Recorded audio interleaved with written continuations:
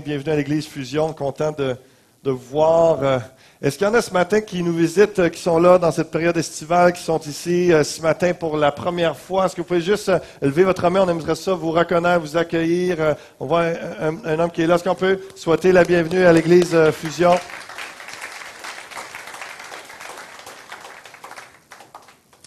Ce que j'aimerais faire de spécial ce matin, comme Pasteur Serge l'a présenté, l'a introduit, on a un dimanche fusion et notre invité spécial, c'est le pasteur Samuel Lecomte. Je vais le présenter après qu'on ait passé les paniers d'offrandes. Mais je me suis dit, j'avais dans mon cœur d'utiliser son livre pendant mon message. Je vais faire quelques références. Et ce matin, il y a un chapitre dans son livre, Grandi pour l'amour de Dieu, qu'on va avoir une entrevue dans quelques instants ensemble pour présenter son livre. Mais il y a un chapitre sur la dîme. Et je voulais juste vous lire un extrait que je trouve inspirant.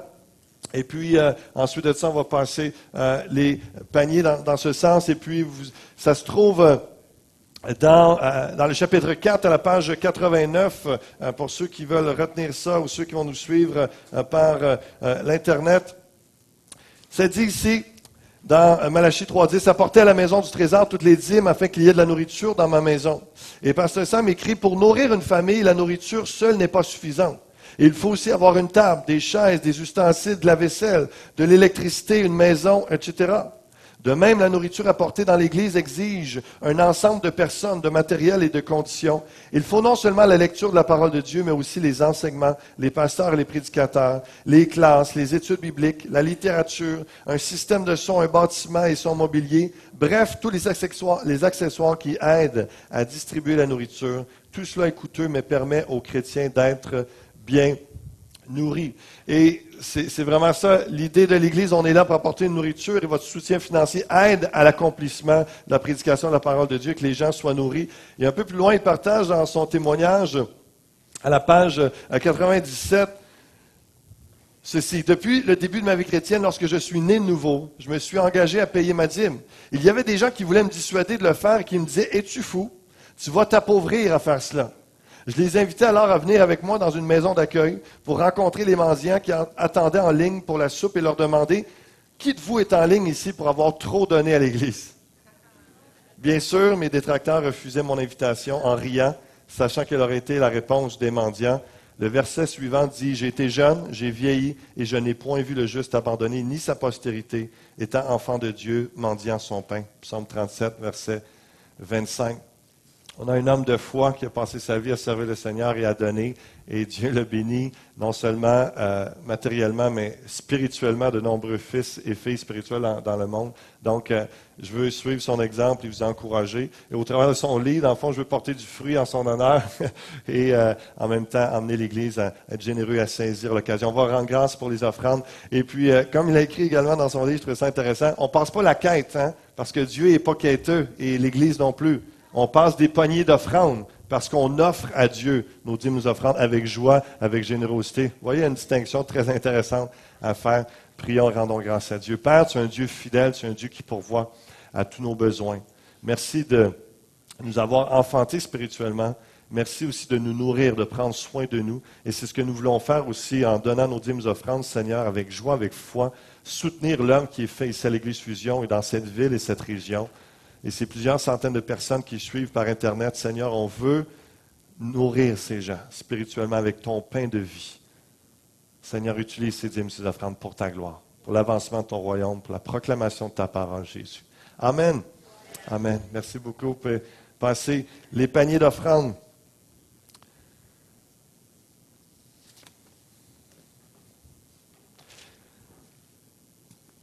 J'ai le privilège d'introduire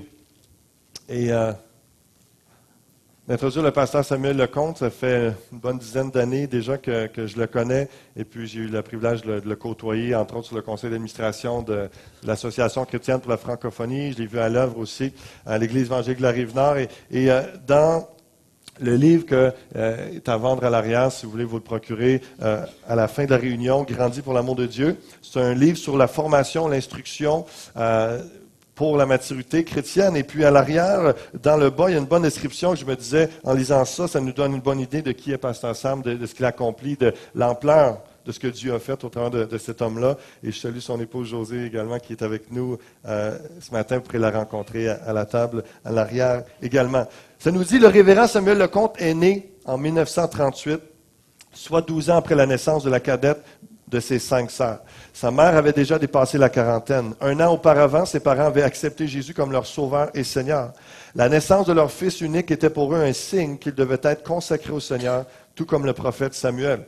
Sa mère dit, je le réclame pour le Seigneur. Je suis certaine qu'il fera connaître l'Évangile à la province de Québec. Il prêchera la parole et je l'appelle Samuel. Pendant sa carrière dans les forces policières, il ressentit l'appel et quitta un travail qu'il aimait pour se consacrer entièrement au ministère. En 1976, il fonda l'Église évangélique de la Rive-Nord, maintenant appelée l'Église Le Portail, située à Laval, au Québec. Elle devient la première Église chrétienne évangélique à avoir une assistance de 1000 personnes au Québec. Plusieurs églises, ministères et pasteurs ont émergé du ministère de Pasteur Sam, dont l'Église Nouvelle Vie de Longueuil avec le pasteur Claude Houd, l'Institut de théologie pour la francophonie avec son fils, le pasteur Marc Lecomte, qui est mon mentor également, l'Association chrétienne pour la francophonie, l'association dans laquelle l'Église Fusion est. Et puis, ça nous dit, le révérend Samuel Lecomte est marié à José depuis 2010 et est le père de Janice, Marc et Christine qui servent le Seigneur. Est-ce qu'on peut accueillir ce matin le pasteur Samuel Lecomte, homme de Dieu?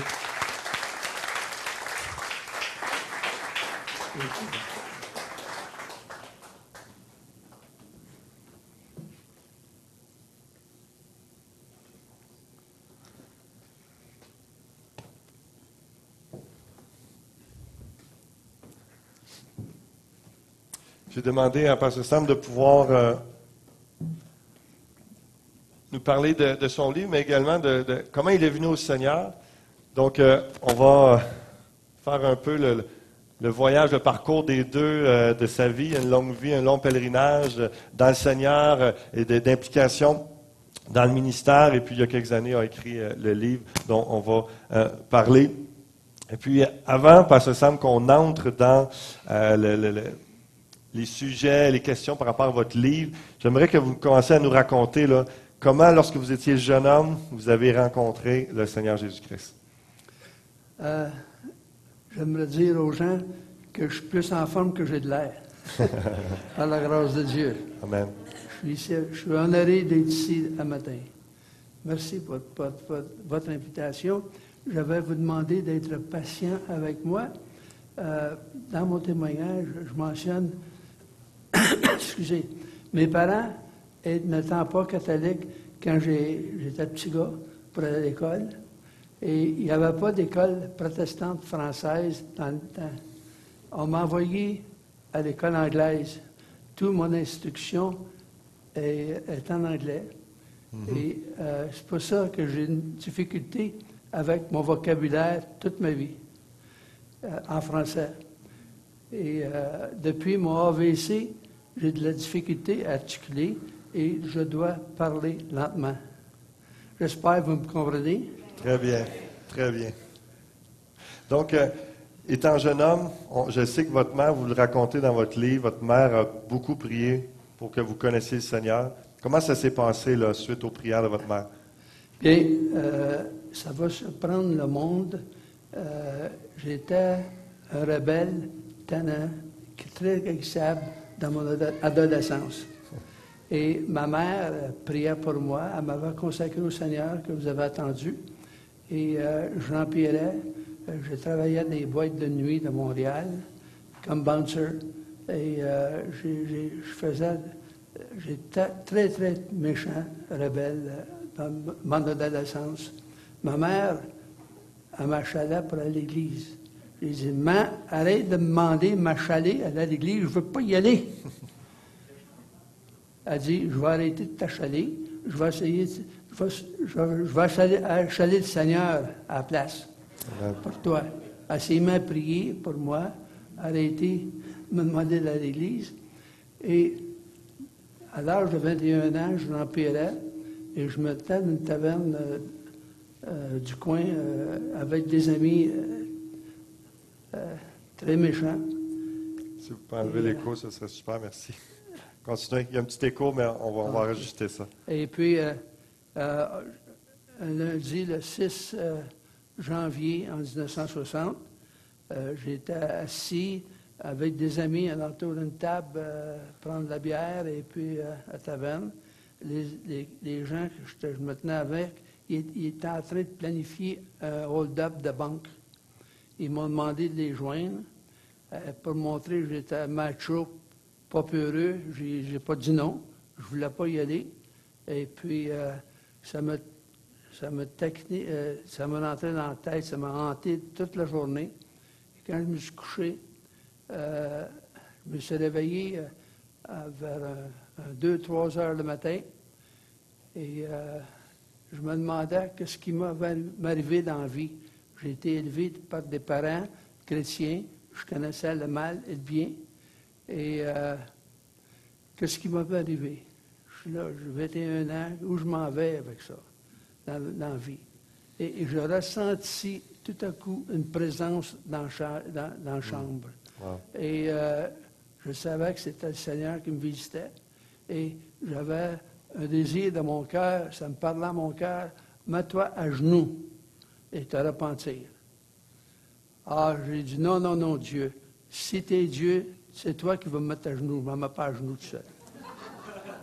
Tout ce que je sais, dans 2 minutes, je suis en train de pleurer à genoux à côté de mon lit. Et j'ai rencontré un pasteur le même soir qui m'a mentionné que ce qui m'était arrivé, le Seigneur me parlait par l'Esprit Saint, il fallait que je me repente et accepter Jésus. Je me suis agenouillé dans le bureau du pasteur et j'ai accepté le Seigneur là. Et ma vie a changé totalement. Et je me sentais appelé dans l'œuvre aussitôt que ma conversion. Et j'ai décidé de me consacrer au Seigneur, étudier et lire en masse.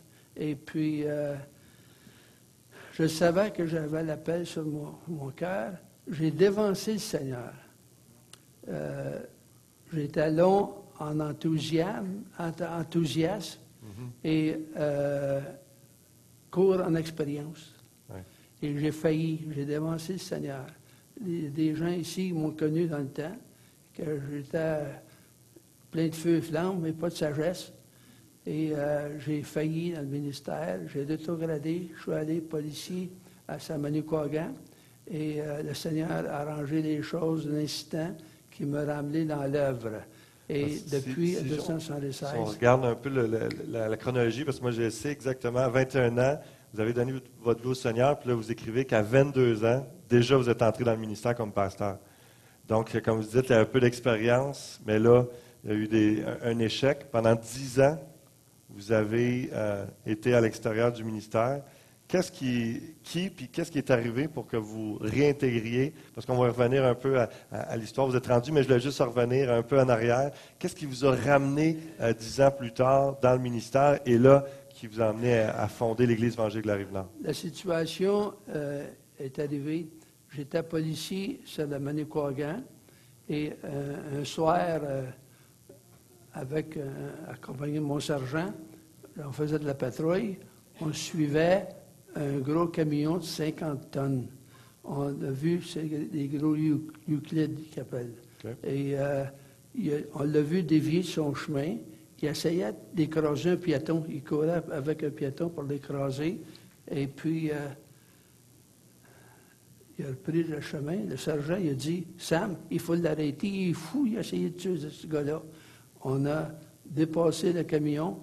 Et le camion, il a refusé d'arrêter à on n'a plus mis de tourbillon, la sirène, il n'a pas arrêté, il a continué son chemin.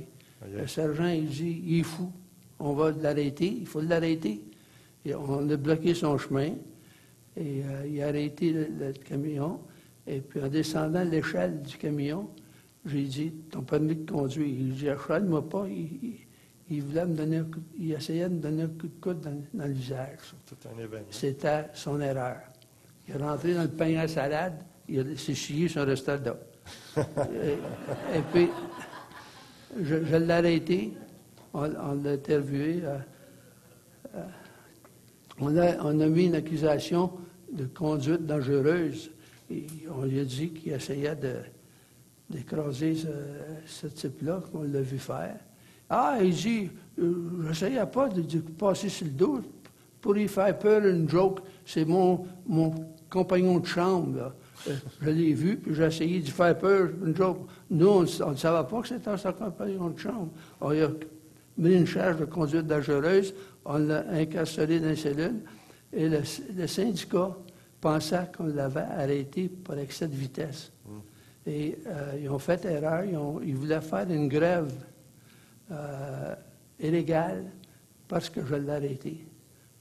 Et puis, ils voulaient l'enlever de nous, des cellules.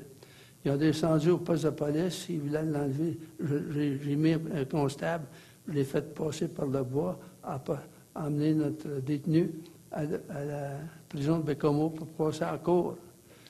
Et puis, une couple de jours après, le sergent, il me réveille pour commencer mon chiffre de jour à 6 heures le matin. Il dit, Sam, réveille-toi, lève-toi, habille-toi, descends à Bécomo. Pourquoi? Il y a un mandat d'arrestation contre toi. Wow! J'ai dit, wow! Qu'est-ce que c'est ça? Il dit, le gars t'a arrêté une couple de jours, là, pour la descente de la grève, là. Et puis, il a mis une charge, tu l'as battu. Et il dit, il y a un mandat d'arrestation qui va être fait contre ce gars-là. Ça, c'est c'est la fin de vos derniers 10 ans là, avant le ministère? C'est un peu le... Oui, dans le temps, j'étais à rétrograde. Okay. Et j'étais loin du Seigneur, loin de l'Église, loin de ma famille à Bécomo. Et j'avais rétrogradé pleinement. Et il dit, tu vas descendre à voir l'inspecteur à Bécomo. Et puis, ils vont aller à la cour avec toi. Et j'ai descendu. Et ils m'ont dit, t'as battu le gars hier, qu'est-ce qui est arrivé? J'ai dit, c'est pas moi qui l'ai battu. Et puis, si ça serait moi qui l'aurais battu, je serais magané plus que ça.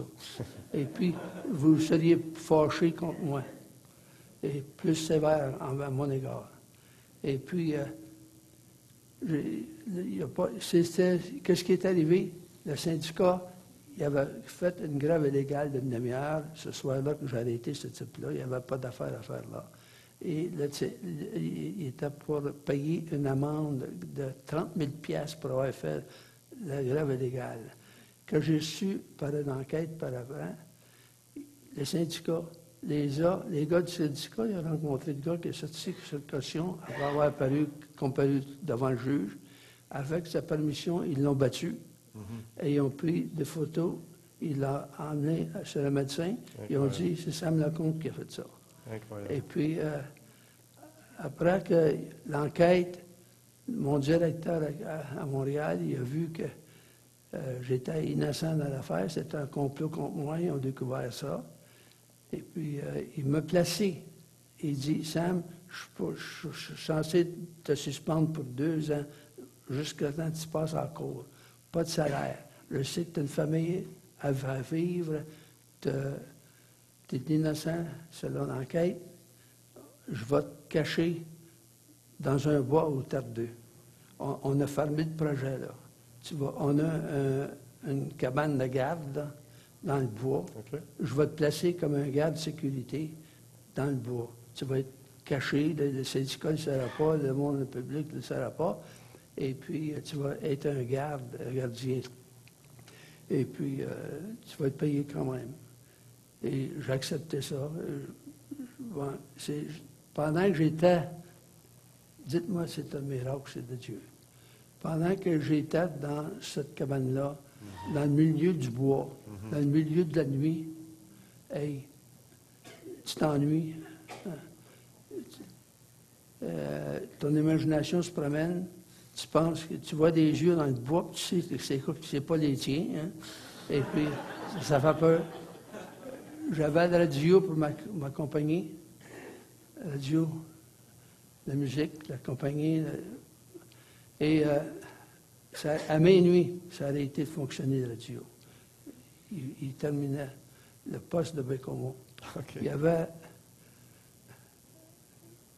j'essayais de lire les magazines, puis je m'ennuyais, puis je voulais la radio, puis j'essayais de prendre le poste de Bécomo, le poste de Rimouski qui était prêt, le poste de Québec, le poste de Montréal, il n'y a rien qui entrait. Seulement un poste entrait, c'est de Wheeling, West Virginia. C'était un poste chrétien. C'était que j'entends Oral Robert semer la foi. Non, je le ferme. Je ne veux rien savoir de ça. Je le rouvre, là, après une secousse. J'attends Billy Graham, The Hour Decision. Et puis, je ressentis une présence, pasteur, dans la place. La même présence que j'ai ressentie dans la chambre que j'ai accepté le Seigneur. Et je ressentais la présence de Dieu tellement, j'étais obligé d'enlever mon képi de police, puis je l'ai mis sur le desk, et je me suis agenouillé à revenir au Seigneur. Demandons au Seigneur, je suis revenu au Seigneur. Et de ça, j'ai été transféré à Montréal. J'ai eu une promotion à lieutenant, capitaine, inspecteur. J'étais responsable d'enquêter et d'arrêter tout acte criminel contre l'Hydro-Québec sur l'île de Montréal, contre le sabotage, le vandalisme, etc. Et j'avais un lieutenant, 18 constables qui travaillaient sur moi, et j'aimais ma job. Et j'aimais me battre quand j'étais jeune. Là, j'avais la chance de me battre, puis j'étais payé. Hein? Et puis, j'aimais mon travail. J'aimais mon travail. J'avais des promesses de promotion. Et le Seigneur était avec moi. Et j'avais la conscience qui mentait. Et dans mon cœur, ça me disait, tu n'es pas à la place que je te veux. Quand je me rasais le matin, dans le temps, je me rasais. Et en me regardant dans le miroir, tu sais que tu devrais faire. Tu devrais être prédicateur, tu devrais laisser ta job. Et j'ai décidé de suivre les portes. Le Seigneur a ouvert les portes à l'Église Evangel en anglais. Et il a ouvert les portes que je commence une église en anglais, une extension de l'Église Evangel Pentecostal de Montréal. Okay. Et dans deux montagnes, dans le nord de Montréal, j'ai commencé des assemblées en anglais. On appelait ça North Shore Evangel, okay, dans une petite communauté à deux montagnes. Et après la première assemblée, on était autour de 19 personnes, et puis le Seigneur bénit, ça grandit. On a construit une église à Saint-Eustache 2 ans après, et c'est devenu plus petit. Le Seigneur a envoyé un réveil, on baptisait les gens, une centaine à la fois. Le Seigneur a envoyé un réveil, il agrandissait l'église. L'église était trop petite, on était obligé de la vendre, et on a circulé dans Laval. Je me sentais comme Moïse, pasteur, avec sa congrégation dans le désert qui se promenait là. On essayait d'acheter des terrains, puis la ville ne voulait pas nous donner la permission, un permis de construction pour une église. Est-ce que c'est à ce moment-là que vous avez été faire un jeûne et prière avec Pasteur Mark et Claude? C'est ça. Et c'est qu'est-ce qui est arrivé? La prière, Dieu répond à la prière. Amen. Croyez-moi. Et j'ai dit à Marc et Claude, ils étaient mes assistants dans le temps.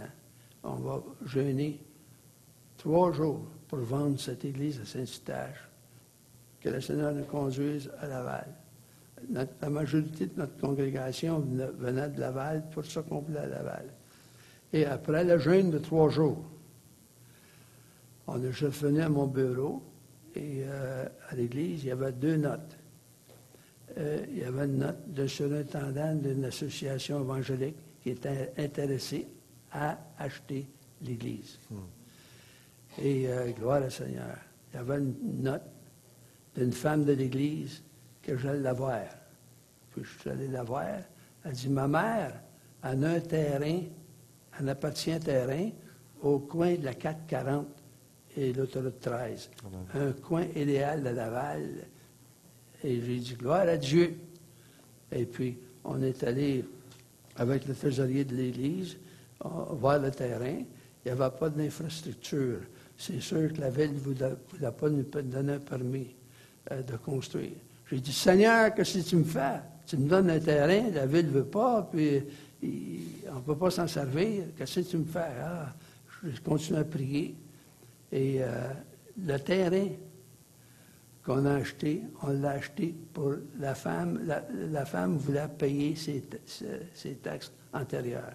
Le montant de 2400 $.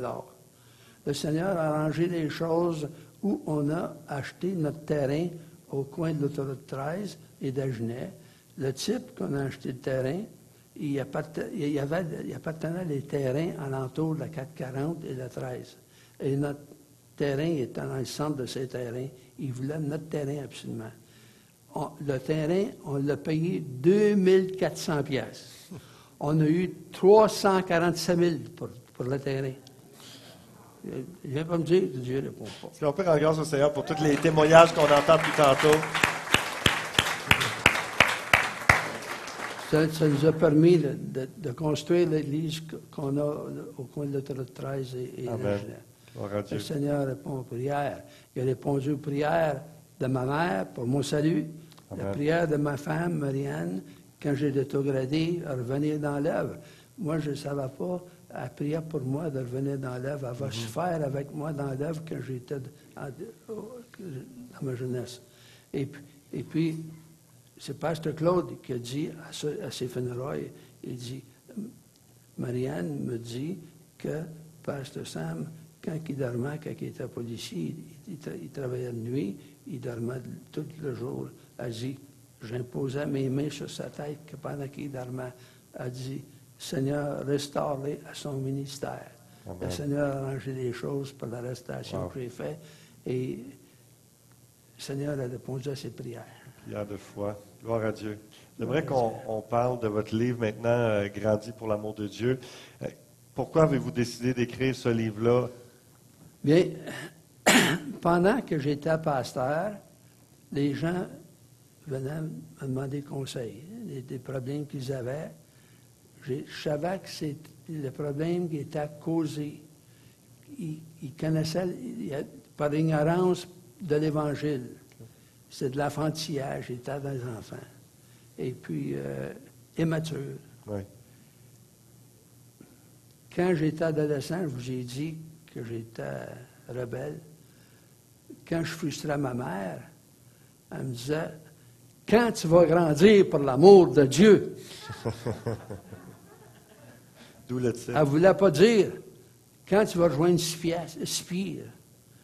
Quand tu vas devenir une personne responsable et mature? C'est ça qu'elle voulait dire. Et j'ai rencontré des chrétiens, Pasteur David, dans mon ministère, immature et responsable, et pour ça que je l'ai appelé comme ça. Je couvre tout l'aspect de la vie chrétienne. C'est un traité de le chrétien évangélique. Ça couvre tous les aspects de la vie chrétienne, et pour que vous puissiez grandir pour l'amour de Dieu. Amen. Justement, dans le livre, là, pour ceux qui vont vous le procurer, se le procurer, il y a les différents thèmes qui sont là sur les fondements théologiques, sur la Bible, l'Église, la dîme, le fruit de l'Esprit, la foi, les doctrines des baptêmes, la résurrection, le jugement éternel, etc. Donc, il y a vraiment plusieurs aspects qui vont vous aider à grandir pour l'amour de Dieu dans les voies de Dieu. Puis, pourquoi que vous croyez que la Bible, c'est vraiment la parole de Dieu, que c'est un livre différent de tous les autres? Vous en parlez dans un chapitre de votre livre. Ça dit que l'homme ne vivra pas de pain seulement, et de toute parole qui vient de Dieu. Amen. Je crois que la Bible est la parole de Dieu. Ça m'a aidé dans ma vie, ça a transformé ma vie. La Bible, j'ai fait des recherches, c'est logique de croire à la Bible. Oui. C'est tellement logique. C'est illogique de ne pas croire à la Bible. Et j'ai fait mes recherches. C'est un livre indestructible. Amen. C'est un livre qui est infaillible. Yes. Il n'y a pas d'erreur dans... Je défie quelqu'un de me trouver une erreur dans la Bible. Amen. Il dit, ah, ça se contredit. Non, non, il n'y a pas de contradiction. Il n'y a pas d'erreur. Il dit, je vais t'expliquer. La Bible a été transcrite dans plusieurs langues. Et l'apôtre Paul il écrivait en grec. Il a mentionné le mot chaise, fauteuil, le mot banc. Il n'y a pas de contradiction. Le même message est là, assis-toi dessus. Hein? Ça veut dire ça. Exact. Il y a plusieurs traductions, mais le message est le même. Le message demeure le même. Et indestructible. Amen. Que les nations qui ont essayé d'éliminer la Bible dans leur culture, ils ne sont pas capables. Dernièrement, il y a un docteur en théologie qui a été invité et mondialement connu parmi les intellectuels de la Chine de parler du christianisme.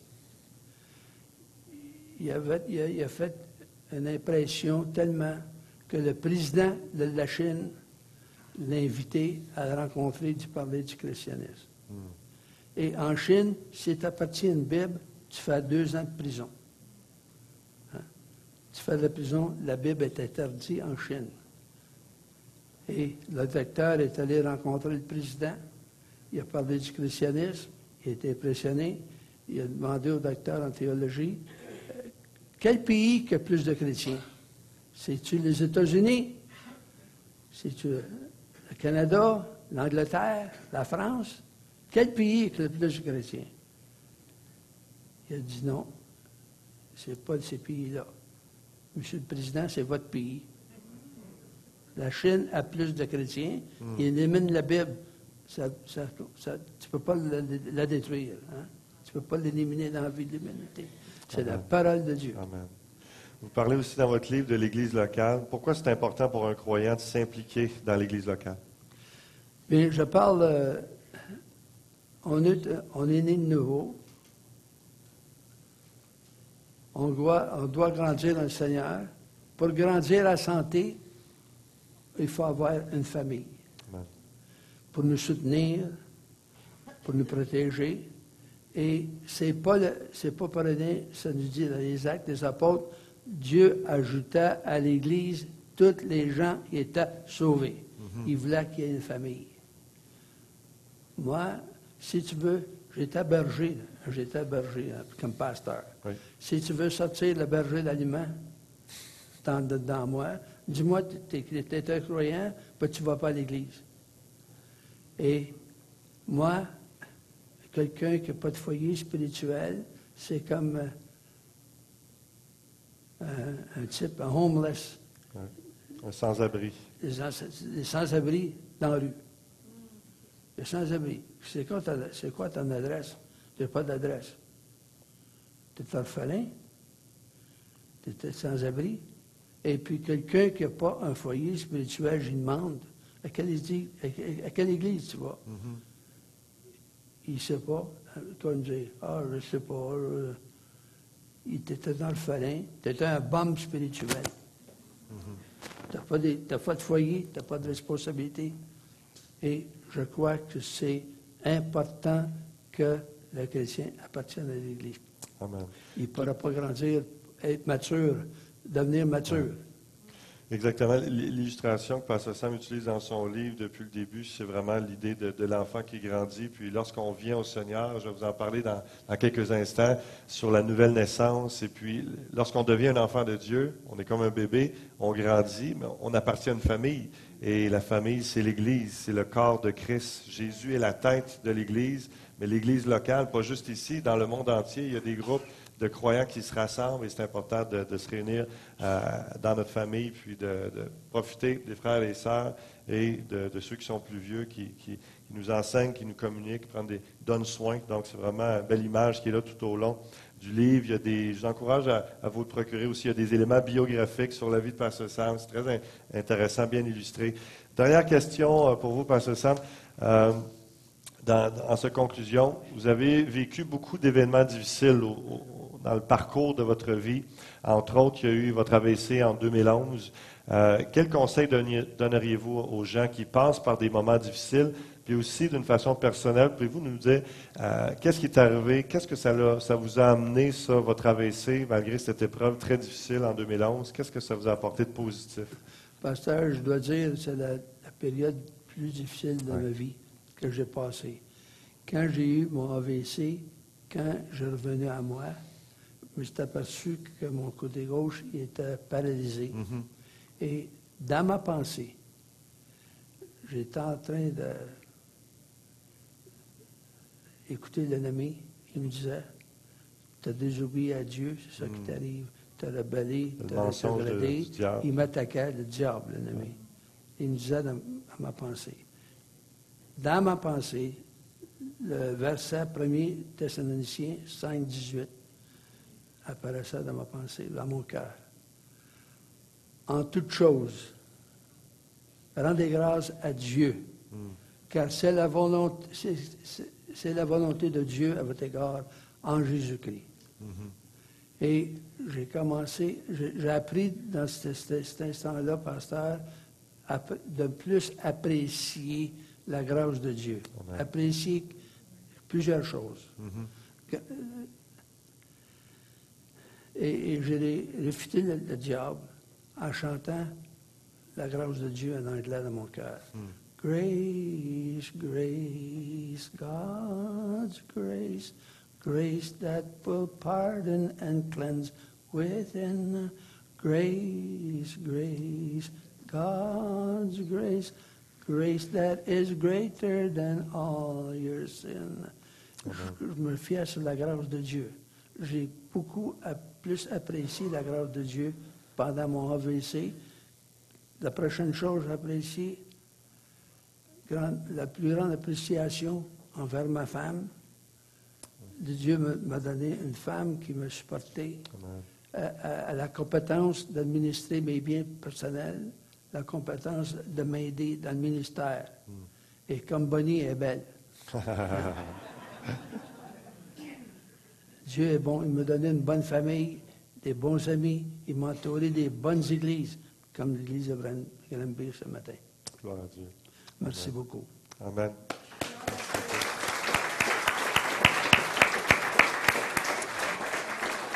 Merci beaucoup, Pasteur Sam. Vous savez, ce qu'il a écrit aussi dans son livre, c'est que, entre autres, l'AVC vous a permis d'avoir du temps pour vous arrêter pour écrire ce livre-là. Oui. Donc, on rend grâce à Dieu pour tout votre parcours, ce qu'il a fait, puis vraiment pour le livre que vous nous laissez, Grandi pour l'amour de Dieu. On peut le remercier encore une fois.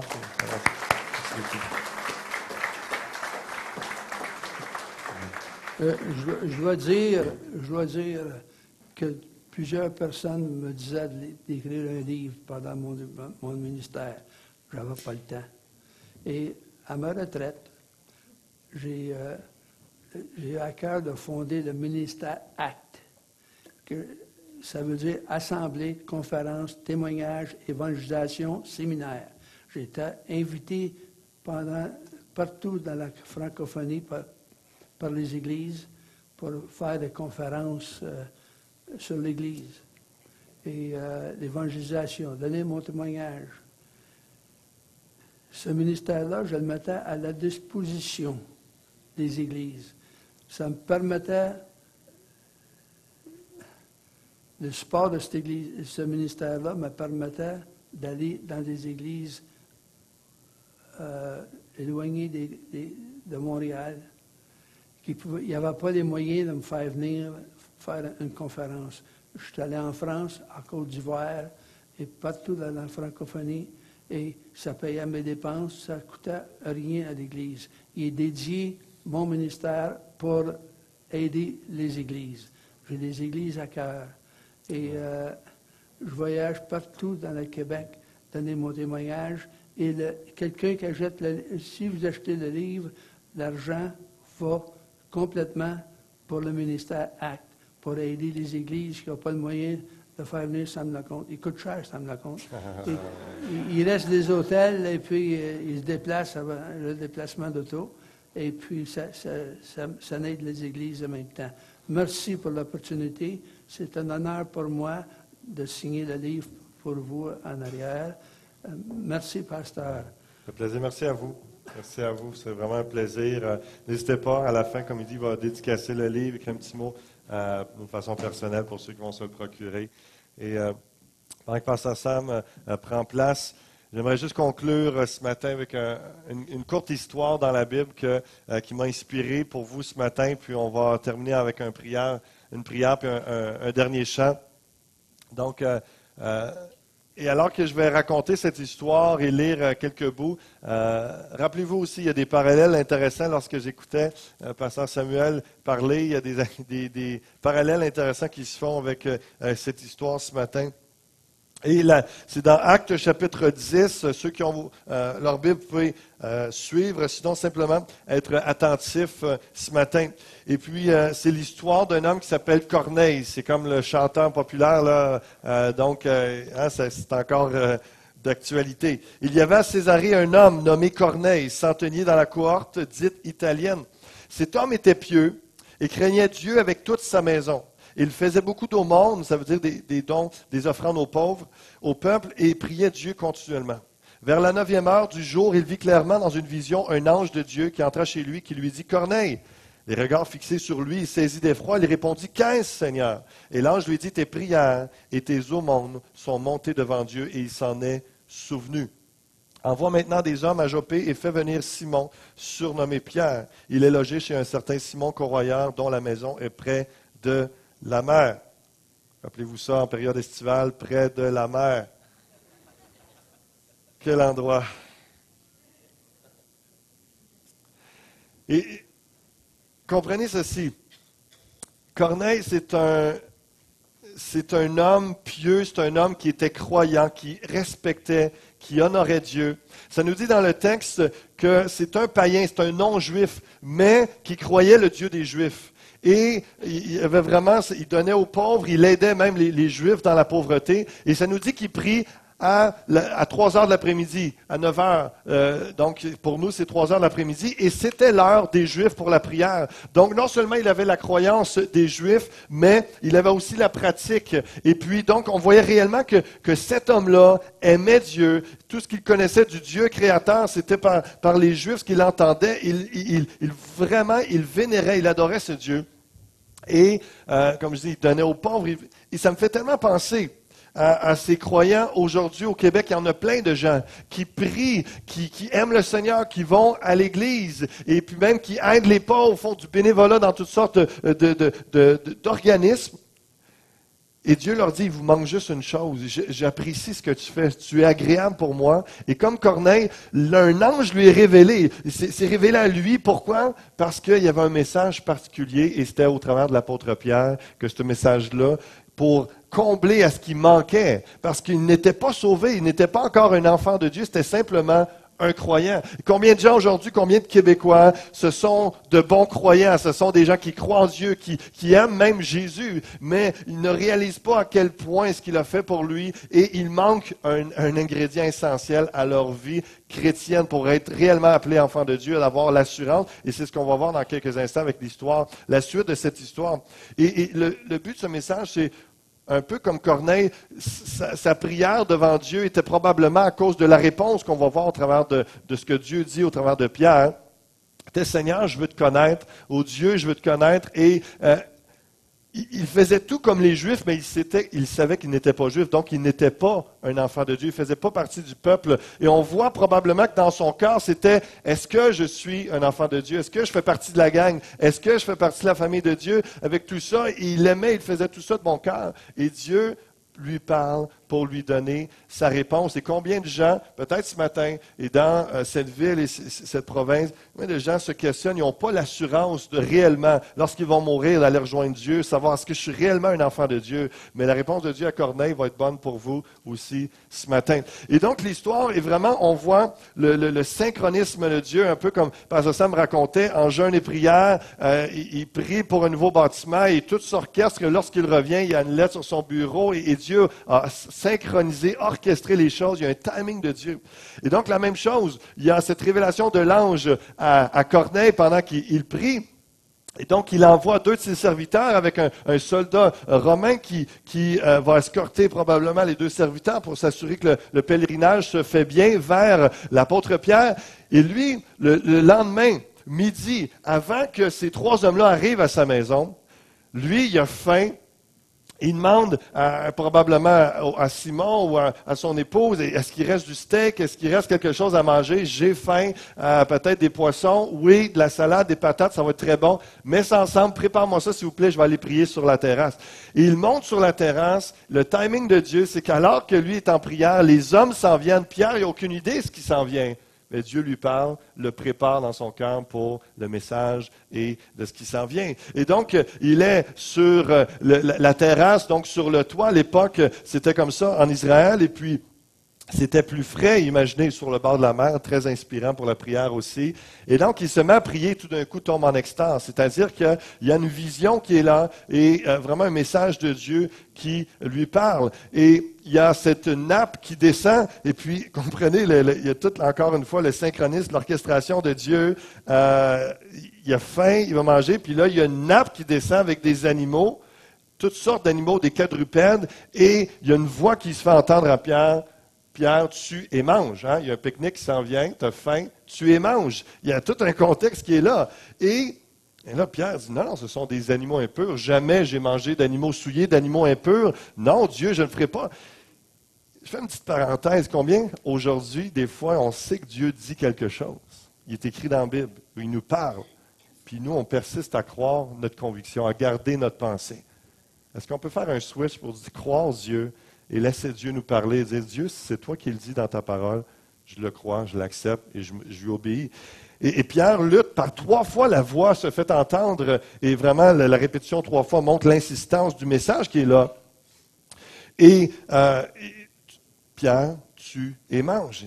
Non, Dieu, j'ai jamais rien mangé d'impur, de souillé. J'ai pas le droit. Les Juifs, dans leur loi, n'avaient pas le droit de manger ces animaux impurs. C'est ce qui montrait qu'ils étaient séparés des autres peuples. Et tout d'un coup, ça disparaît. Et alors que l'apôtre Pierre est en train de réfléchir à la vision, c'est de comprendre et de... Qu'est-ce que Dieu veut dire par ça? C'est troublant, là. Il n'a pas le droit de faire ça en tant que Juif. Et tout d'un coup, les 3 hommes arrivent, frappent à la porte. Et là, l'Esprit dit à Pierre, il y a 3 hommes qui sont à la porte, c'est pour toi, suis-les sans hésiter. Et c'est vraiment intéressant parce que là, Pierre arrive à la porte et les hommes questionnent, est-ce qu'on est bien chez Simon le Corroyeur? Est-ce que Pierre est là? Et Pierre dit, oui, c'est moi. Qu'est-ce que vous voulez? Qu'est-ce que je peux faire pour vous? Et déjà, il est préparé, imagine l'encouragement des serviteurs de voir qu'il est déjà disposé pour tout essayer de le convaincre de l'histoire. Mais pourquoi vous êtes là? Qu'est-ce que vous voulez? Il raconte l'histoire, la révélation de l'ange à Corneille et puis que Pierre est appelé à venir leur donner un message.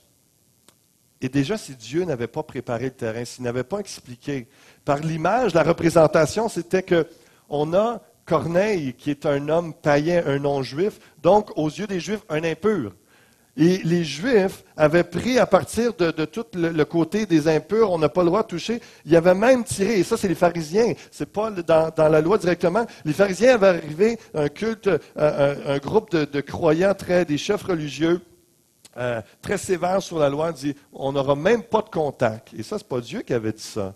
C'est pour ça que Dieu a eu besoin, par une révélation d'un ange, de parler à l'apôtre Pierre, de dire il n'avait même pas le droit d'entrer en contact avec des non-juifs, de parler avec eux, de manger. Donc déjà, si Pierre n'avait pas reçu ce message de Dieu de tue et mange et ne considère pas impur ce que moi je considère pur, c'était la parole qui a été donnée par 3 fois à l'apôtre Pierre. Il n'aurait même pas parlé avec ces hommes à la porte, il ne les aurait pas suivis. Et on voit que le lendemain matin, donc il accueille les 3 hommes le lendemain, et ils partent vers Corneille. Et puis, c'est là que l'histoire continue, où Pierre rencontre Corneille, et c'est vraiment beau de voir comment Corneille a hâte, là, parce qu'il y a 4 jours qui se sont écoulés, et c'est vraiment saisissant de voir, on est dans une autre époque, parce qu'il y a seulement 45 kilomètres qui séparent les 2 villes, mais ça a pris 4 jours de marche aller-retour pour que tout ça se prenne place. Nous, imaginez, là, Granby, c'est un petit peu plus loin que Marieville.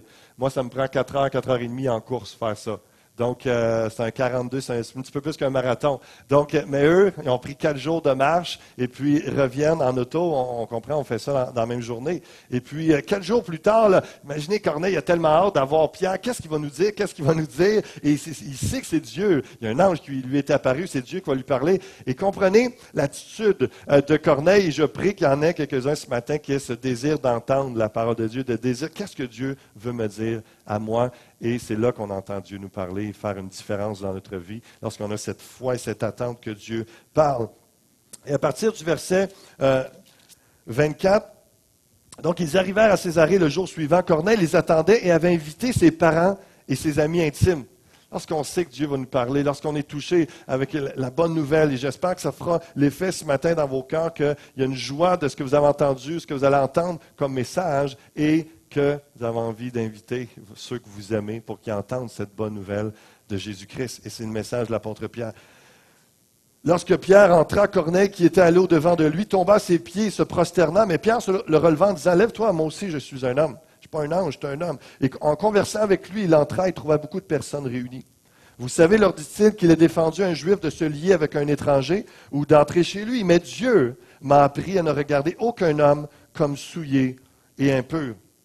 C'est pourquoi je n'ai pas eu d'objection à venir, puisque vous m'avez appelé. Je vous demande donc pour quel motif vous m'avez envoyé chercher. Comprenez ici que si vous arrivez avec le questionnement de dire, est-ce que je peux faire partie de la famille de Dieu? Est-ce que je peux être un membre de l'Église du Seigneur? Est-ce que je peux vraiment... Est-ce que je suis correct ou je fais partie des impurs, de ceux des injustes?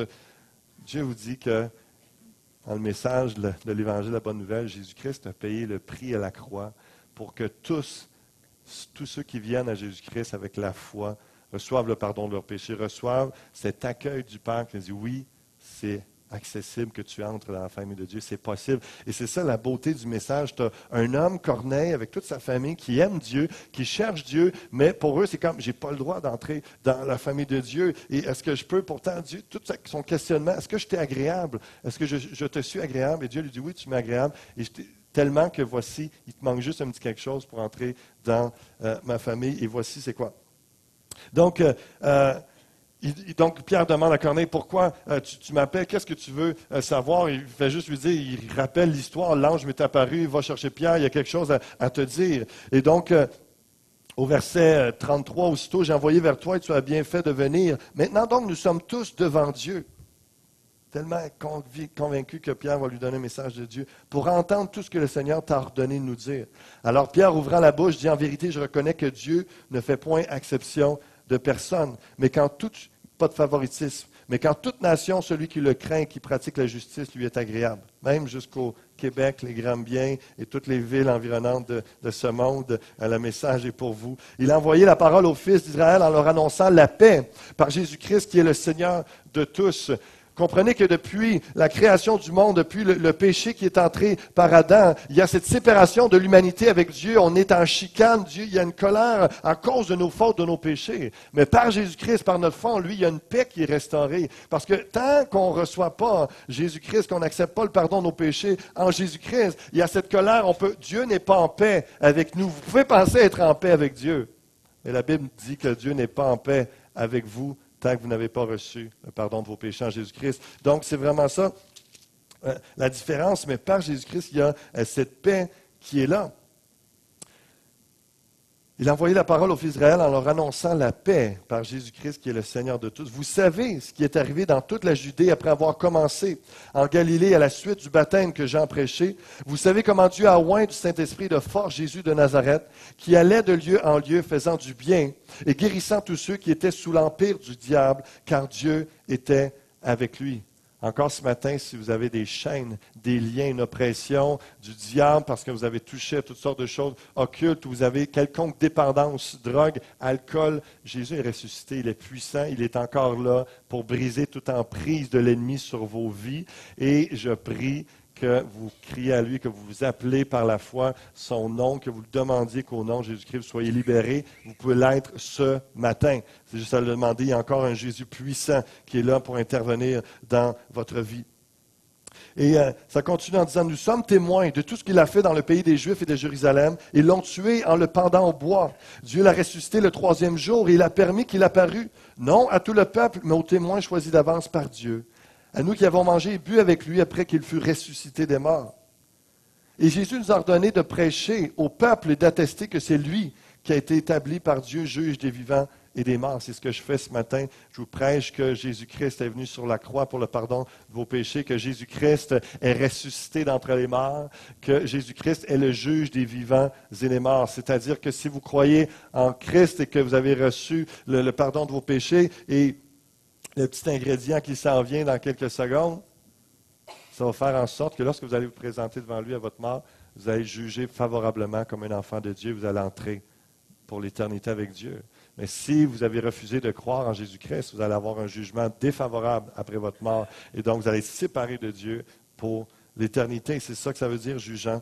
Dieu juge des vivants et des morts. Tous les prophètes rendent de lui le témoignage que quiconque croit en lui reçoit par son nom le pardon des péchés. Je vais juste vous lire un petit bout du livre de Pasteur Sam par rapport, parce que peut-être qu'il y en a qui s'associent moins à Corneille, de dire, moi, je ne suis pas tellement le gars qui donne aux pauvres, qui est gentil, qui prie, qui croit. Mais j'aimerais ça connaître Dieu. J'aimerais ça que mon passé s'efface et puis commencer à avoir le pardon de mes péchés, puis d'avancer. Et voici une bonne nouvelle pour vous. L'Évangile est la seule solution contre la méchanceté et le malheur existant dans le monde. Le mot évangile veut dire bonne nouvelle. On commence notre vie spirituelle comme un bébé. Un bébé naissant n'a pas de passé. Donc, il ne peut être blâmé pour des erreurs passées. La bonne nouvelle consiste dans le fait qu'en acceptant le sacrifice de Jésus-Christ sur la croix pour la rédemption de nos péchés, ceux-ci sont effacés une fois pour toutes. Donc, devant Dieu, vous n'êtes pas blâmé pour votre passé et votre passé ne doit pas affecter votre vie future. Vous devenez à ce moment une nouvelle création, selon ce qu'il est dit dans la parole de Dieu, dans la Bible, 2 Corinthiens 5, 17 et 18. Si quelqu'un est en Christ, il est une nouvelle création. Les choses anciennes sont passées. Voici toutes choses sont devenues nouvelles. Et tout cela vient de Dieu qui nous a réconciliés avec lui par Christ et qui nous a donné le ministère de la réconciliation. Et voici, en conclusion, je vais inviter les musiciens à venir prendre place, s'il vous plaît, pour le dernier chant. Donc, tous les prophètes rendent de lui le témoignage que quiconque croit en lui reçoit par son nom le pardon des péchés. C'est aussi simple que cela ce matin. On va faire une prière ensemble dans quelques instants, tirée du livre de Pasteur Sam, justement, encore une fois, pour honorer cet homme et cette œuvre littéraire. Et c'est aussi simple que de croire dans le nom de Jésus-Christ pour le pardon de nos péchés. Reconnaître qu'il avait besoin d'aller à la croix à notre place. Reconnaître qu'on a besoin d'être pardonné de nos péchés pour retrouver cette paix avec Dieu et être appelé enfant de Dieu. Et alors qu'on fait ça, voici ce qui prend place. Et comprenez, imaginez, il y a Corneille, sa famille, tous ses amis proches qui sont là. Et eux sont suspendus aux lèvres de l'apôtre Pierre, buvant toutes les paroles que Dieu leur dit au travers de cet homme. Et il est là. Parce que oui, je prie, oui, je vais à l'église, oui, je reconnais que le Christ, le Messie, tout ça, OK, je crois en ça, c'est ça. Il manquait la foi dans le Christ pour que le Saint-Esprit vienne en lui. Il manquait le Saint-Esprit pour la nouvelle naissance. Combien de gens sont stériles, il manque quelque chose? C'est des orphelins, c'est des gens qui c'est toujours le questionnement, est-ce que je suis un enfant de Dieu? Est-ce que je suis correct? Ils n'ont pas la conviction d'être appelés enfants de Dieu. Mais c'est seulement lorsque le Saint-Esprit vient habiter en toi, après ta confession que Jésus-Christ est le Fils de Dieu, qu'il est le seul qui peut pardonner tous mes péchés. C'est à ce moment-là que le Saint-Esprit vient habiter en toi et que tu peux être appelé enfant de Dieu. Puis tu as une conviction de l'intérieur. Le Saint-Esprit témoigne à ton esprit que tu es enfant de Dieu. Parce que voici qu'est-ce que la fin de l'histoire nous dit. Quiconque croit en lui reçoit par son nom le pardon des péchés. Aussitôt qu'ils disent ça, c'est comme si ceux qui écoutaient, ils étaient tellement prêts. Ben oui, on y croit. Comme Pierre prononçait encore ces mots, le Saint-Esprit descendit sur tous ceux qui écoutaient la parole. Tous les fidèles circoncis qui étaient venus avec Pierre furent étonnés de ce que le don du Saint-Esprit était aussi répandu sur les païens, les non-juifs, car ils les entendaient parler en langue et glorifier Dieu. Alors Pierre dit, peut-on refuser l'eau du baptême à ceux qui ont reçu le Saint-Esprit aussi bien que nous? Et il ordonna qu'ils fussent baptisés au nom du Seigneur, sur quoi ils le prièrent de rester quelques jours auprès d'eux. C'est l'histoire dans Acte 10. Vous pouvez aller vérifier l'histoire en entier, comme je l'ai raconté ce matin. L'importance de cette confession, on va faire une prière ensemble dans quelques instants. Je vais vous inviter à répéter par la foi avec sincérité. Et ce que le Saint-Esprit va faire lorsqu'il habite en vous, c'est de vous convaincre que vous êtes un enfant de Dieu. Il va vous guider vers l'Église locale, que ce soit ici ou un autre endroit qui prêche Jésus-Christ. C'est tellement important qu'il prêche l'enseignement de la parole de Dieu, la Bible. Ça va nourrir votre foi. Il va vous conduire comme eux à être baptisés dans les eaux. Parce que lorsqu'on passe par le baptême d'eau, ça nous identifie au corps de Christ. Et qu'est-ce que Corneille voulait savoir principalement, je le crois, dans son cœur, c'est: est-ce que je suis agréable à toi? Est-ce que je suis ton enfant? Est-ce que je fais partie du peuple de Dieu? Et lorsqu'on passe par les eaux du baptême, on le déclare officiellement à tous que je crois, je suis persuadé, le Saint-Esprit habite en moi, que je suis un enfant de Dieu. Et je le témoigne devant toute l'Église et je m'engage à suivre Christ.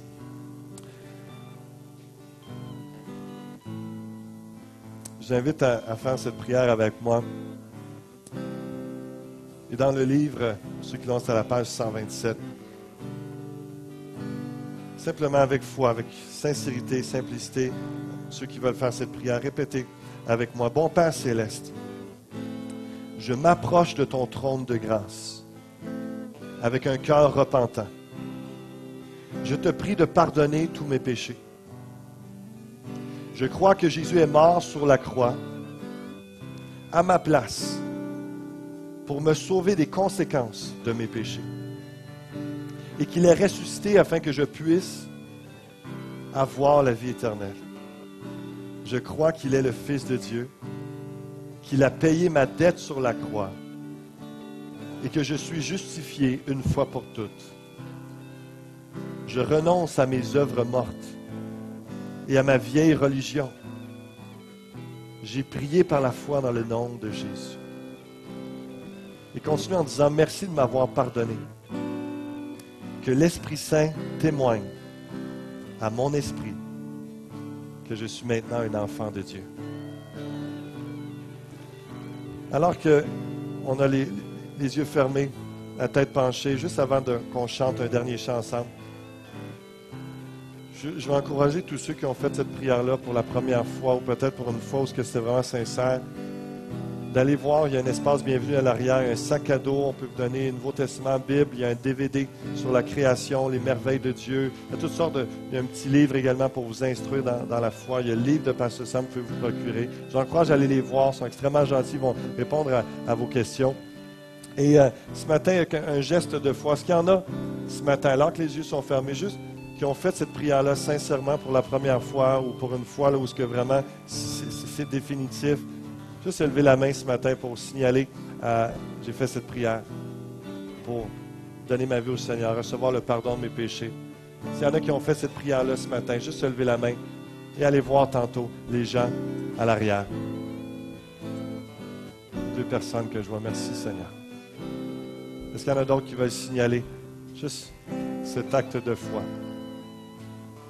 J'ai fait cette prière. Je crois en Dieu. Seigneur, merci pour la bonne nouvelle de Jésus-Christ. Merci pour 2 personnes qui ont témoigné. Seigneur, il y a des centaines qui entendent ce message par le truchement de l'Internet. Seigneur, je ne vois pas leurs mains, mais toi, tu les vois. Touche leur cœur. Remplis-les de ton Saint-Esprit. Remplis ceux qui sont ici ce matin de ton Esprit. Viens habiter en eux. Viens leur convaincre. Les convaincre que tu es en eux, qu'ils sont enfants de Dieu. Qu'ils se joignent à une église, qu'ils s'engagent, qu'ils lisent ta parole pour être nourris. Bénis-les, fais croître, qu'ils passent de nouveau-nés à enfants, adolescents, adultes, spirituels dans les prochaines années pour ta gloire. Alléluia, je te loue pour cela. Amen et amen. Je vous invite à vous lever. On va terminer avec ce dernier chant ensemble. Déclarer les louanges, la grandeur, les bontés de Dieu.